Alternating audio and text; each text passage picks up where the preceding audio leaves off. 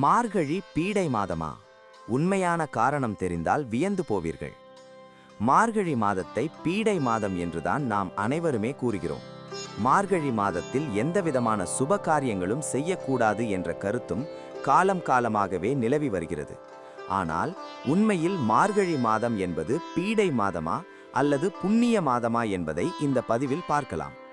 மார்கழி மாதம் என்றால் பீடுடைய மாதம் என்று பொருள். காலப்போக்கில் இந்த பீடுடைய மாதம்தான் பீடை மாதமாக மாறிவிட்டது. பீடுடைய மாதம் என்றால் உயர்வான மாதம் என்று அர்த்தம். இங்கே பீடு என்பது உயர்வான, பெருமையான என்ற அர்த்தத்தை குறிக்கிறது. மாதங்களில் சிறந்தது மார்கழி மாதம்தான். மார்கழி மாதத்தில் தினமும் விடியற்காலையில் பெருமாள் கோயில்களில் திருப்பாவையும் சிவன் கோயில்களில் திருவெம்பாவையும் பாடப்படுகிறது. மார்கழி மாதம் தெய்வ வழிபாட்டுக்காகவே உருவான மாதம் என்பதால் இந்த மாதத்தில் மங்கள காரியங்கள் எதுவும் நடத்தப்படுவதில்லை. மார்கழி மாதத்தின் தனிச்சிறப்புகள் என்னவென்றால், வீதி எங்கும் புள்ளி வைத்த கோலங்களும் கோயில்களில் விடியற்காலையிலே ஒலிக்கும் பஜனை பாடல்களும் தான். மார்கழி திங்கள் மதி நிறைந்த நன்னாளாம் என்று கோதை நாச்சியார் திருப்பாவையில் ஆராதனை செய்த மாதம் இது.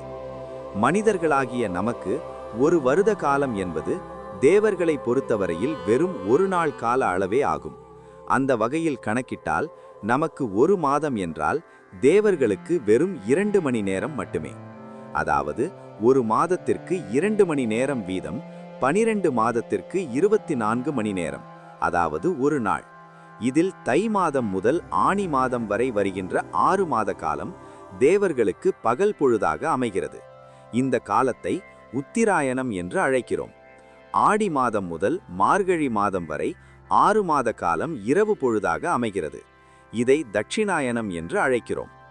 தேவர்களை உறக்கத்திலிருந்து எழுப்பி வரவேற்கும் விதமாகத்தான் மார்கழி மாதத்தில் அதிகாலை 4 மணி முதல் 6 மணிக்குள் வீட்டு வாசலில் பெண்கள் வண்ண கோலமிட்டு கோலத்தின் நடுவே விளக்கேற்றி சாணத்தில் பூசணி பூவை வைப்பார்கள். இந்த அதிகாலை நேரத்தில் வீசும் காற்று உடலுக்கு பல நன்மைகளை தரக்கூடியது என்கிற காரணத்தினால்தான் நம் முன்னோர்கள் அந்த வேளையில் எழுந்து கோலமிட்டு நீராடி கோயிலுக்கு சென்று வழிபடுவதை வழக்கமாக வைத்திருந்தார்கள். அது மட்டுமில்லாமல் பார்க்கடல் கடையப்பட்டதும் மகாலட்சுமி அவதரித்ததும் அமுதம் பெற்றதும் இந்த மார்கழியில்தான். ஆகவே நாமும் இந்த மார்கழியில் விடியற்காலையில் நீராடி பெருமாளை தொழுதால் நிச்சயமாக மகாலட்சுமியின் அருளை பரிபூரணமாக பெற முடியும் என்பது ஐதீகம். ஆண்டாள் நாச்சியார் மேற்கொண்ட மார்கழி மாத பாவை நோன்பின் ரகசியம். மார்கழி மாதத்தில் பாவை நோன்பு கடைபிடிக்கப்படுகிறது. மனிதர்களுக்கு ஒரு ஆண்டு என்பது தேவர்களுக்கு ஒரு நாளாகும். இந்த ஒரு நாளின் வைகரை பொழுதாக பிரம்ம முகூர்த்தத்தில் உருவாவதனால் மார்கழி விசேஷமான மாதமாக போற்றப்படுகிறது. பெண்கள் எப்படி இருக்க வேண்டும் என்பதற்கு உதாரணமாக திகழ்ந்த ஆண்டாள் நாச்சியார் பெருமாள் மீது கொண்ட அதீத பக்தியால் அவரையே தனது கணவனாக அடைய விரும்பினாள். கண்ணமை மணக்க வேண்டி மார்கழி மாதத்தில் பாவை நோன்பிருந்த ஆண்டாளுக்கு அருள் புரிந்த பெருமாள் பங்குனி உத்திரத்தில் ஆண்டாளை மணந்து கொண்டார். பெண்கள் பாவை நோன்பு இருந்தால் விரும்பிய கணவன் கிடைப்பார் என்பது நம்பிக்கை. ஆயர்பாடியில் கோபியர்கள் மார்கழி மாதத்தின் அதிகாலையில் ஆற்றிற்கு சென்று நீராடி மண்ணால் செய்த காத்யாயனி தேவியை வழிபட்டு தங்களுக்கு நல்ல கணவன் கிடைக்க வழிபாடு நடத்தினர். பாவை நோன்பு பெண்கள் நோர்க்கும் நோன்பாகும்.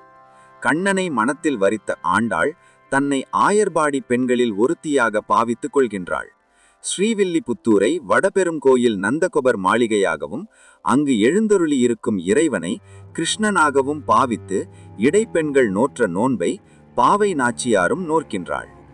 ஆண்டாள் பாவை நோன்பின் போது நெய், பால் முதலியவற்றை உண்ணாமலும் கண்ணுக்கு மையிடாமல் தலையில் மணர் சூடாமல் புற அழகில் நாட்டம் செலுத்தாமல் இறை நாட்டத்தில் மட்டும் மனதினை செலுத்தி பாவை நோன்பினை மேற்கொண்டாள்.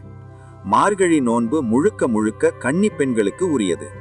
ஆயர்பாடியில் உள்ள கன்னி பெண்கள் நாட்டு முன்னேற்றத்திற்காகவும் பால் வளம் பெருகவும் நல்ல கணவரை அடையவும் இந்த நோன்பை கடைபிடித்ததாக கூறப்படுகிறது.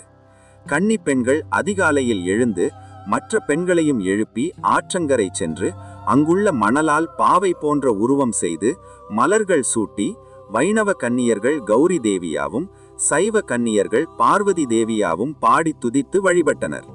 12 ஆழ்வார்களில் ஒரே பெண்மணியான ஆண்டாள் இயற்றிய பாவை பாடல் இறைவன் மீது பாடப்பட்ட பாடல்கள்.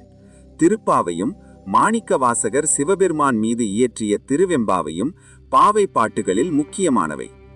மார்கழி மாத உஷத்காலத்தை வைகறை பொழுது என்றும் கூறுவர். இந்த மாதத்தில் யார் விடியற்காலை எழுந்து பக்தியுடன் பகவானை தொழுகிறார்களோ அவர்கள் சகல சௌபாகியங்களையும் பெறுவதோடு ஆண்டாளின் அருளுக்கும் பாத்திரமாவார்கள். மேலும் இதன் மூலம் உள்ளத்தையும் உடலையும் தூய்மையாக்கிக் கொள்ள முடியும்.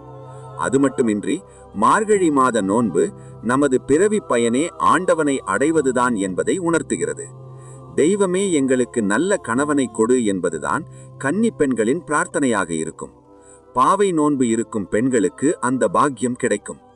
மார்கழி மாத பாவை நோன்பினை ஆண்டாள் நோற்றது போல கன்னி பெண்கள் இந்த நோன்பை நோர்த்து நல்ல கணவனை பெறலாம்.